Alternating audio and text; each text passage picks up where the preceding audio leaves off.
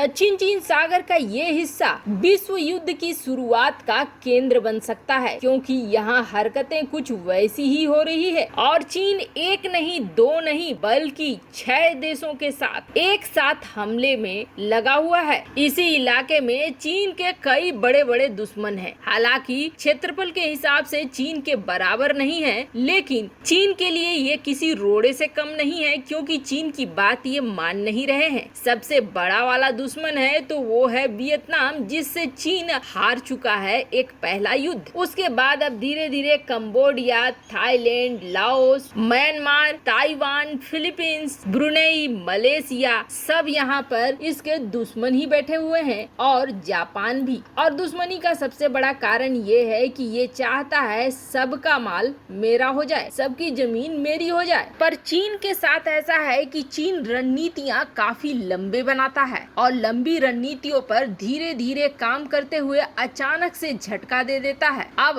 Cambodia, Laos, Thailand, Myanmar और Vietnam में हाहाकार मचा दिया है चीन ने, क्योंकि एक साथ बड़ा हमला कर दिया है इन 5 देशों पर। और इस हमले के लिए चीन ने किसी हवाई जहाज, किसी लड़ाकू विमान और किसी मिसाइल का इस्तेमाल नहीं किया है, बल्कि एक झटके में इन देशों के अंदर तबाही मचा दी है। और ये तबाही मचाने का कारण है मेकांग नदी। अब इस नदी को देखिए आप, ये नदी कहाँ से निकलती है और कैसे कैसे कहाँ तक पहुँचती है। दरअसल इस मेकांग नदी का जल प्रवाह क्षेत्र चीन से शुरू होता है और आगे बढ़कर ये Myanmar, Laos, Thailand, Cambodia, Vietnam इन सभी के क्षेत्रों में गुजरता है। स्क्रीन पे जो ये ब्लू निशान दिख रहे हैं, ये है मेकोंग नदी का जल प्रवाह क्षेत्र, जो कि चीन से निकलते हुए इन देशों तक पहुंचता है। स्क्रीन पे इस इमेज को देखकर ही समझ में आ जा रहा होगा कि पानी का एक बड़ा हिस्सा निचले स्तर पर थाईलैंड, कंबोडिया और वियतनाम को मिलता है, लेकिन अब धीरे धीरे यहाँ पानी कम हो रहा है और पानी इतना कम हो गया है अब कि यहाँ हाहाकार मचना शुरू हो गया है। जब कारण निकाला गया तो कारण निकल कर आया एक नहीं दो नहीं बल्कि 11। यहाँ जो ऊपर आप इलाके देख रहे हैं, यहाँ पर चीन ने 11 बांध बना दिए हैं इस नदी पर। अब 11 बांध बनाने के बाद चीन क्या करता है, इस अलग अलग इलाके में बनाए गए हैं जो कि इस नदी के फ्लो क्षेत्र में आता है। जितनी मर्जी पानी छोड़ना होता है, एक डैम से दूसरे डैम को छोड़ता है, फिर तीसरा डैम उसे रोक लेता है। यानी कि 11 डैम की मदद से इस इलाके में उसने पानी को पूरी तरीके से रोक दिया है। अब यहाँ तक वो पानी पहुँचने ही नहीं दे रहा है, जिससे नदी के निचले हिस्से में रहने वाले लोगों को पानी की कमी का सामना करना पड़ रहा है। जबकि ये ही नदी एकमात्र है जो जल का स्रोत है इस इलाके के लिए। मेकांग की ये नदी तिब्बत के पठारों से निकलती है और 6 देशों से होकर बहती हुई दुनिया के सबसे बड़े मछली का केंद्र मानी जाती है। इस नदी में बहुत सारा मछली है, जिसकी वजह से चीन और भी ज्यादा इस जल को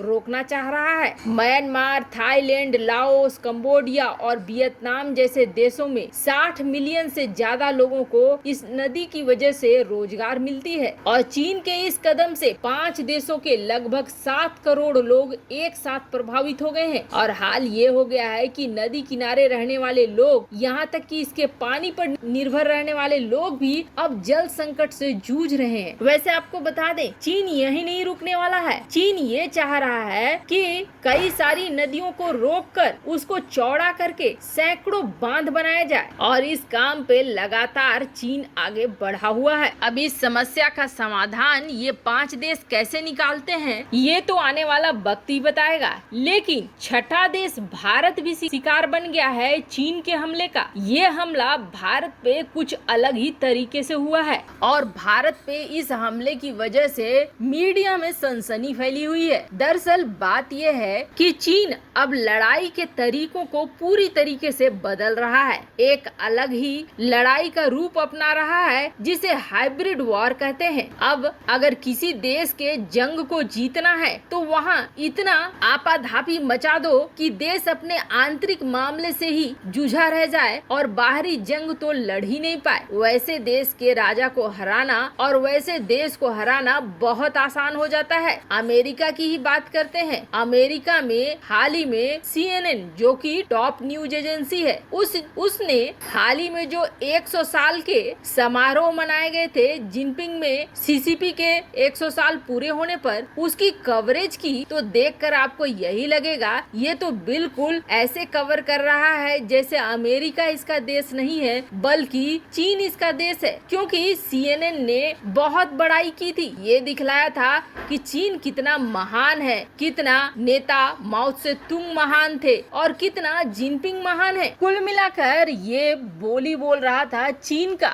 हद तो ये हो गई कि इसकी हरकत को देखकर कई मीडिया हाउस तो इनका नामकरण करने लगे और कहने लगे कि ये CNN नहीं बल्कि CNN हो गया है, यानी कि चीन का पालतू बन गया है। जिसके बाद ये भी खबर आने लगी कि आखिरकार ऐसा क्या हुआ है। तब पता ये चला कि करीब 19 मिलियन की फंडिंग अमेरिका के न्यूज़पेपर को चीन ने की और उसने क्या कहा, उसने ये कहा कि चीन की अच्छी बातें दिखाओ और अपने देश और कुछ और देश जो चीन के खिलाफ है उनकी खबरें नीचे दिखाओ, यानी कि उनके बारे में ये दिखलाओ कि वो सारे गलत हैं और चीन सही है। और आपको बता दें ये पैसा देने के लिए चीन डायरेक्ट सरकारी तंत्र का इस्तेमाल नहीं करता है बल्कि अपने बिजनेसमैन का इस्तेमाल करता है और ये बिजनेसमैन फंडिंग करते हैं। फंडिंग के नाम पर इन न्यूज़पेपरों को पैसे दिया जाता है और इसके बल पर खुद उनके ही देश में उनकी ही सरकार को अस्थिर किया जाता है। अब बात करें हमारे देश की, तो हमारे देश में भी अब जब ईडी ने छापा मारना शुरू किया है तो ऐसी चीजें निकलकर सामने आ रही हैं जो चौंका रही है कि चीन कितना दूर तक घुस चुका है। और हम ये सोच रहे हैं कि सीमा पर जंग होगी, पर यहाँ तो जंग पहले ही शुरू हो चुकी है। चीन ने कथित तौर पर कई भारतीय अखबारों में फंडिंग करना शुरू कर दिया है और ये फंडिंग इस वक्त 38 करोड़ रुपए की निकलकर सामने आई है जो आने वाले वक्त में और भी ज्यादा निकल कर आएगी। अब इनसे ये कहा गया है कि भारत की कमियों को दिखाओ और भारत में जैसे वैक्सीन प्रोग्राम है या फिर भारत ने जिस तरीके से महामारी को हैंडल किया है उन सारी चीजों को दिखाओ और दिखाओ कि निगेटिव है ये सरकार, ताकि जनता सरकार के खिलाफ हो जाए और स्थिरता का माहौल हो जाए और सीमा पे जंग चीन के लिए आसान हो जाए। हालांकि चीन इस तरह के पहले यूनिवर्सिटीज भी चलाया करता था जिसे बंद कर दिया जैसे ही ये तनाव शुरू हुआ था भारत ने। पर अब भारत ढूंढ कर